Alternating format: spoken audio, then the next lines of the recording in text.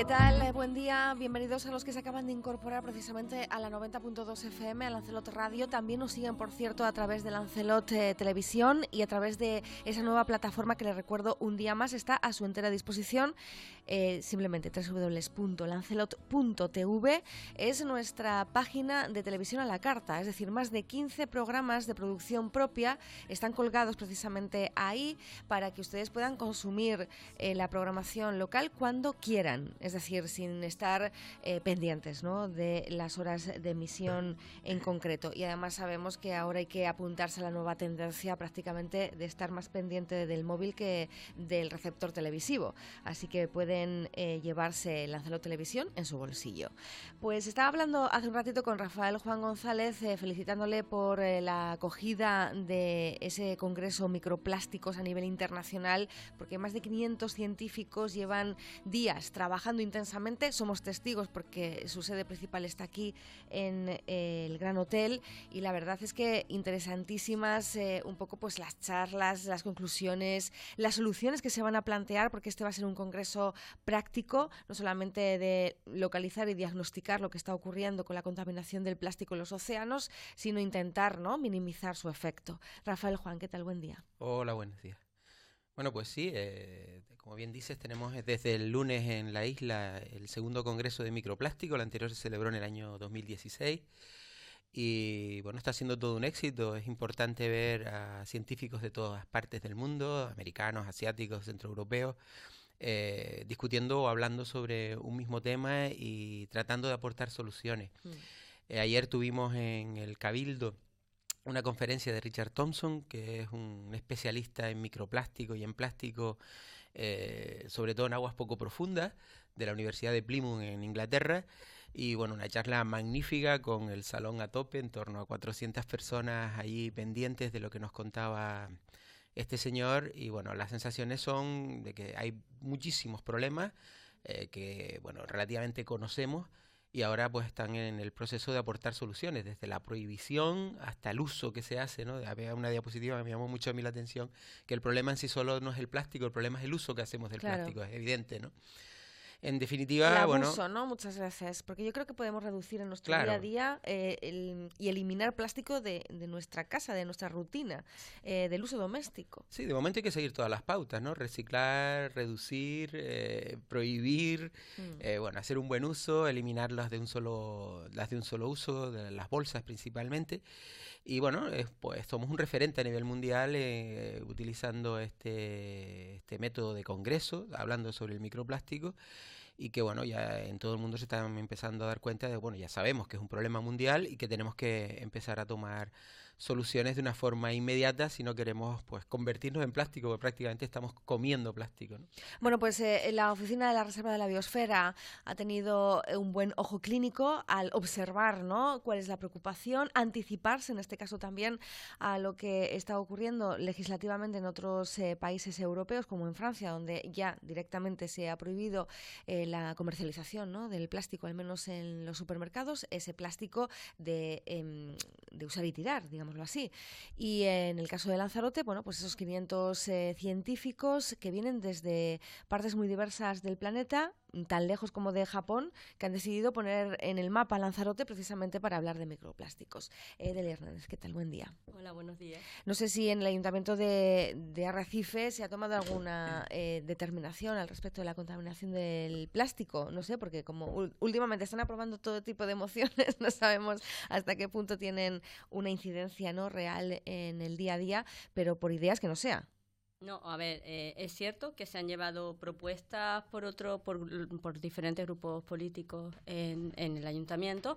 Una de ellas yo recuerdo que trataba sobre el tema de en el mercadillo, que se cambiaran las famosas bolsas de plástico precisamente por otro material que no fuera pues o bolsas de tela o papel.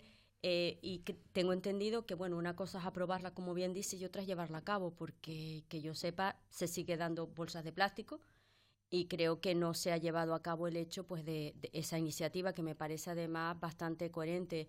Yo entiendo que dado el avance o el mundo en el que estamos, el plástico, la verdad es que habría que retirarlo de alguna manera, pero para eso también hay que dar soluciones, pues no solo es decirle a la gente no compren cosas en plástico, sino que muchos de los alimentos, en vez de venir en plástico, vengan en otro material, como por ejemplo el cristal, que puede tener muchísimo menos problema, incluso para el propio alimento, de no estarse contaminando del plástico, porque el problema del plástico en sí es también cuando se transportan las mercancías, que pueden estar al sol, que pueden estar en muchos lugares, y eso, el recalentado ese, va a los alimentos, va al agua, va a los zumos.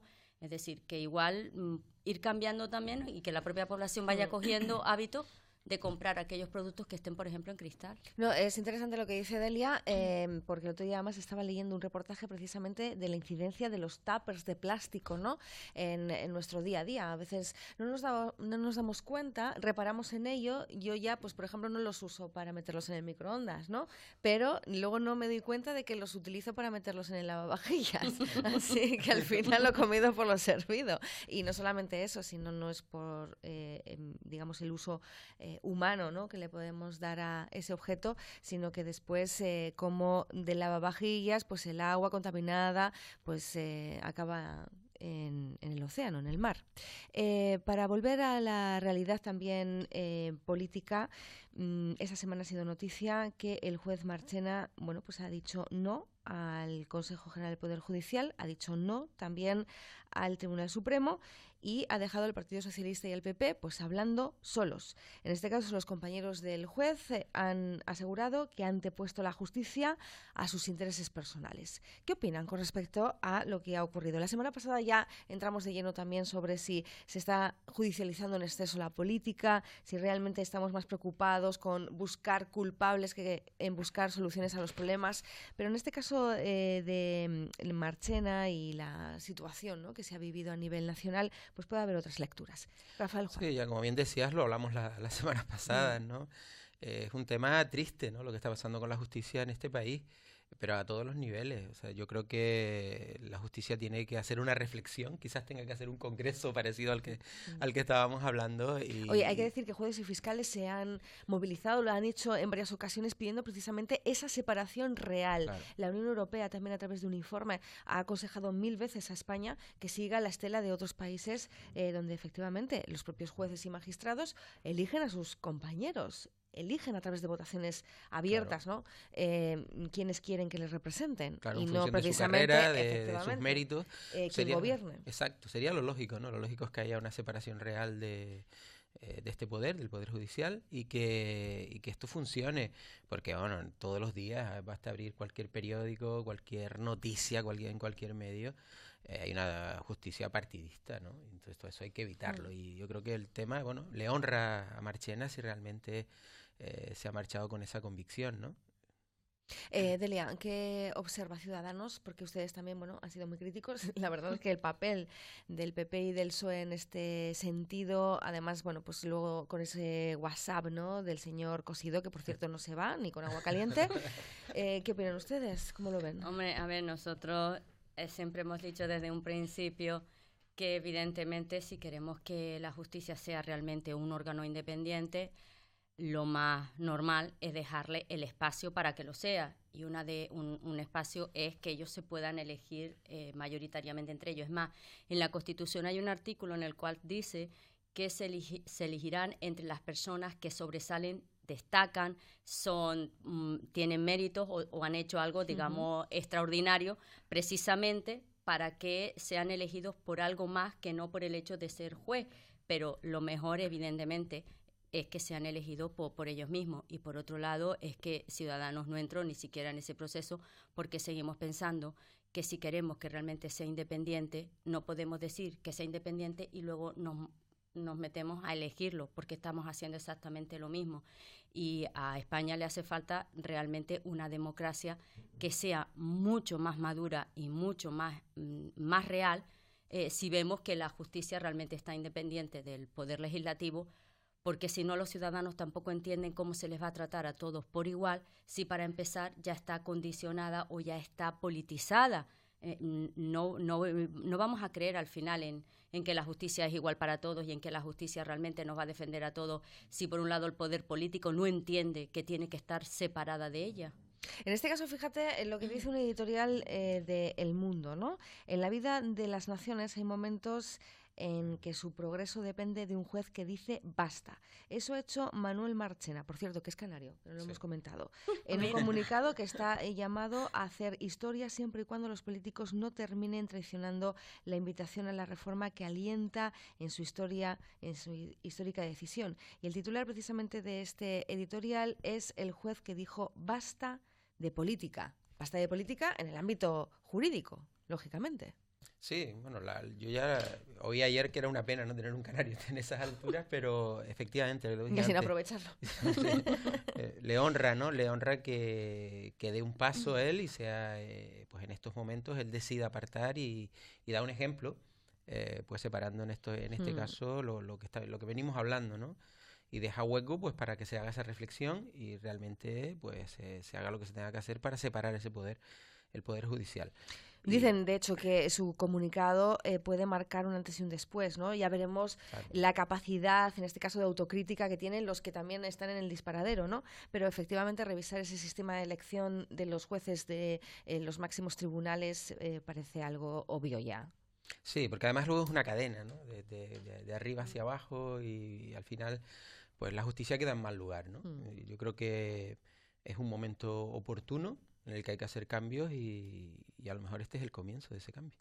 Vamos con otro asunto, porque estoy leyendo aquí en el Canarias 7, el Cabildo aumenta las subvenciones a los ayuntamientos. El incremento está cifrado en un 30%, según Sari Rodríguez, que es consejera cabildicia y responsable también de esa unidad de proyectos. Estamos viendo además cómo se pisa el acelerador en la recta final de la legislatura. Nos decían esta semana precisamente dos alcaldes, uno el de Tías y otro el de Yaiza, pues que se va a notar que estamos finalizando la legislatura, ¿no? En el caso, por ejemplo, de Tías nos habla de 12 proyectos. Algunos de ellos no verán la luz, pero sí están en una tramitación muy avanzada y, pues seguramente en la próxima legislatura, al comienzo, se vea esa inversión. ¿Qué te parece? Un poco los vasos comunicantes, ¿no? Cabildo, ayuntamientos. ¿Realmente funciona o no? ¿Qué valoración hace Ciudadanos? A ver, yo creo que funcionar, sinceramente, no ha estado funcionando.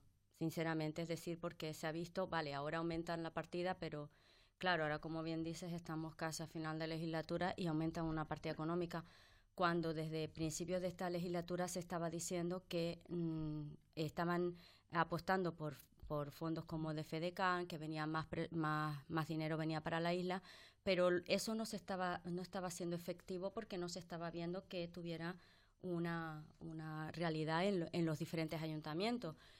Con lo cual, ahora que lo hagan ahora, ¿es bueno para el ayuntamiento? Si lo va a poder ejecutar, sí. Si no, vamos a estar exactamente en las mismas. Y además, ¿esos ingresos de partida se hacen por proyectos concretos o simplemente, vuelvo a repetir, se hace de cara a una galería de miren, tenemos y lo vamos a invertir sin saber muy bien en qué proyectos se van a llevar a cabo, si hay objetivos claros para poder hacer esa inversión de ese capital? Por cierto, estoy leyendo aquí la información que en condiciones normales, atendiendo a lo indicado por la consejera, el Ayuntamiento de Arrecife contará con una subvención nominada que asciende a 3.100.000 euros, un poquito más, mientras que Arías se va a beneficiar de casi 400.000 euros, siendo las cuantías de mayor y menor dimensión en función del número de residentes. Y también, pues en proporciones parecidas, 1 millón y pico para San Bartolomé, Teguise también más o menos 1.300.000 euros, Tías 1.100.000, y Yaiza pues 1 millón y Tinajo unos 465.000 euros. Es la proporción, ¿no?, que se detrae precisamente de estas inversiones. ¿Qué dice en este caso Rafael Juan? Sí, vamos, lo que se viene haciendo desde hace ya algunos años era llegar a entendimientos con los diferentes ayuntamientos y desarrollar una serie de proyectos que sí se ven. Pues podemos hablar desde el campo de fútbol, diferentes calles que se asfaltan en los diferentes municipios, polideportivos, bueno, en definitiva, una serie de proyectos de bastante entidad que se vienen desarrollando con estos fondos, y lo que se hace ahora es que en vez de que sea el Cabildo quien ejecuta o desarrolla en colaboración con los ayuntamientos esas obras, lo que se hace ahora es distribuir el dinero en este ejercicio y se distribuye el dinero en los diferentes ayuntamientos para que ellos lo gasten en esos proyectos, ¿no? Yo discrepo un poco. Esos proyectos tienen todos mucha visibilidad en todos los ayuntamientos, hay financiación y ahora lo que se hace es que se incrementa, pues porque como bien decíamos, pues hay más dinero que proviene del FEDECAN y otros impuestos, ¿no? Pero en definitiva es una idea magnífica que, bueno, hay que agradecer pues en este caso ha sido este presidente quien ha hecho estos primeros planes de cooperación con los diferentes ayuntamientos y así lo reconocen casi todos los alcaldes e incluso alcaldes que no son de la misma línea política. Incluso cuando Coalición gobernaba con el PSOE, recuerdo que Pancho, el alcalde de Tía, agradecía públicamente el que se hayan estos planes de cooperación entre los municipales, entre el ayuntamiento y el cabildo. Delia, por alusiones, ¿algo que añadir? Hombre, a ver, es que es lógico, la función de un cabildo es precisamente tener relaciones con todos los ayuntamientos y distribuir un dinero.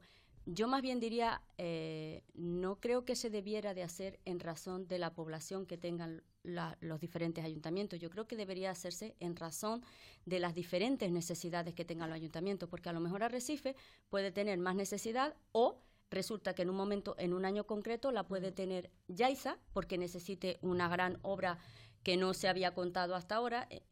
De ahí va el tema de que las cosas tienen que ser, o los proyectos deberían ser en base a objetivos coherentes y estudiados y planificados. Lo mismo decimos incluso para cuando se hace una distribución también del dinero del Gobierno de Canarias para las diferentes islas. Entendemos que es por necesidades, por prioridades. Entonces, yo entiendo, bueno, que lo hagan en relación a la población, ¿vale? Pero imagínense que a lo mejor a Arias se le hace corto el dinero que le han dado porque necesita algo en concreto que no se ha puesto. Creo que para eso está precisamente que cada uno haga un estudio de prioridades, cada ayuntamiento, y en base a eso se hiciera un reparto equitativo, que creo que es lo más conveniente para la isla, porque si no al final unos municipios estarán carentes y otros a lo mejor tienen de más y a lo mejor no lo van a ejecutar. Pero en principio con los fondos FEDECAN, ¿no? Era obligatorio la presentación de proyectos. Se hace en base a proyectos, lo que pasa es que los proyectos suelen coincidir con la población, o sea, el desarrollar un polideportivo en Arrecife o el desarrollar cualquier proyecto es mucho más, o asfaltar las calles de Arrecife es mucho más caro que asfaltar las calles de Arías, porque son diferentes kilómetros, cuantías, entonces suele coincidir, pero normalmente se trabaja en base a proyectos que presentan cada uno de los municipios. Una cosita, la cuestión es que luego nos quejamos de, o sea, sí, vale, dices que coincide que asfaltar las calles están sin asfaltar, presupuesto en Arrecife está sin ejecutar, con lo cual quiero decir, vuelvo a repetir, que para que haya una coherencia es que ya hay también un dinero o ya habían proyectos antes, que era el del asfaltado, la ejecución de obras, que ese dinero sigue estando ahí, no se ha ejecutado, y el hecho de ampliar una cantidad si no es necesario, si no hay proyectos. Yo no he visto los proyectos, yo no tengo conocimiento de qué proyectos tiene Arrecife realmente para que el Cabildo le dé 3 millones, ni tampoco de los demás ayuntamientos. Es decir, no sé qué proyectos hay como para saber que el dinero se le está dando en base a una realidad y no en base a una proporcionalidad. Se da en base a una realidad y se les da un periodo de ejecución que normalmente luego se prorroga para no perder esas cuantías. Y ayer, sin ir más lejos, en Comisión de Gobierno, pues prolongábamos unas cantidades que nos solicitaban tanto el Ayuntamiento de Teguise, las prolongaban hasta abril del 19 para justificarlas, otros como el de San Bartolomé solicitaban prolongarlas hasta finales del 19, hasta diciembre. En definitiva son todos proyectos que en función de su ejecución, como vayan, están ahí, y normalmente los dineros que están en proyectos y se están ejecutando no se suelen perder, ¿no? Lo que se está distribuyendo ahora es la cantidad que corresponde al año 18 o al 19, no sé cuál están distribuidos. Pues 8:57, ya estamos en la recta final, apenas 3 minutos para llegar a las 9 y concluir con esta tertulia política y este programa del Atril hoy viernes, pero tengo que hacer referencia también a otra noticia de la cual nos hacíamos eco ayer. Hablábamos con César Reyes, que es el secretario general de UGT en la isla, y lamentó el cierre de Arirera Lanzaroteña. Es una empresa referente también aquí, más de 3 décadas de trabajo, 11 personas que van a sufrir un despido, parece ser que inminente, y el cierre definitivo de esta instalación. Decía pues el representante de UGT en la isla que los poderes políticos podían haber hecho mucho más, sobre todo con el tema de las subvenciones al transporte de mercancías y las desigualdades que parece que se dan entre las empresas, digamos, de las Islas Orientales y las capitalinas, ¿no? Porque siempre nos ha dicho además Agustín Márquez, que ha sido el propietario de Harinera Lanzaroteña, que no puede competir en el mercado en igualdad de condiciones. Rápidamente, una visión sobre esto, porque hay quien dice que la diversificación económica con el cierre de Harinera Lanzaroteña está en entredicho, que no es factible hablar de diversificación económica y cerramos una empresa que no está vinculada con el sector turístico. Eso es incomprensible, pero claro, esto son políticas, entiendo yo también a nivel de gobierno de Canarias, porque estamos hablando de políticas que a islas que no son que son pequeñas, que no son precisamente las provincias, y como bien dices, en islas que cuesta que una diversificación pueda permanecer en el tiempo porque se encarece, por otro lado, los impuestos de transporte, con lo cual ahí habría que hacer una revisión a ver qué se está haciendo con esos impuestos. O sea, estaba hablando del presupuesto del año 19 del Gobierno de Canarias. ¿Qué bajada realmente de impuestos se ha hecho? ¿Dónde se refleja esa realidad para islas como Lanzarote? Eso es lo que habría que preguntarse para que no cierren este tipo de empresas. Creo que eso es una pregunta que debería responder el Gobierno de Canarias.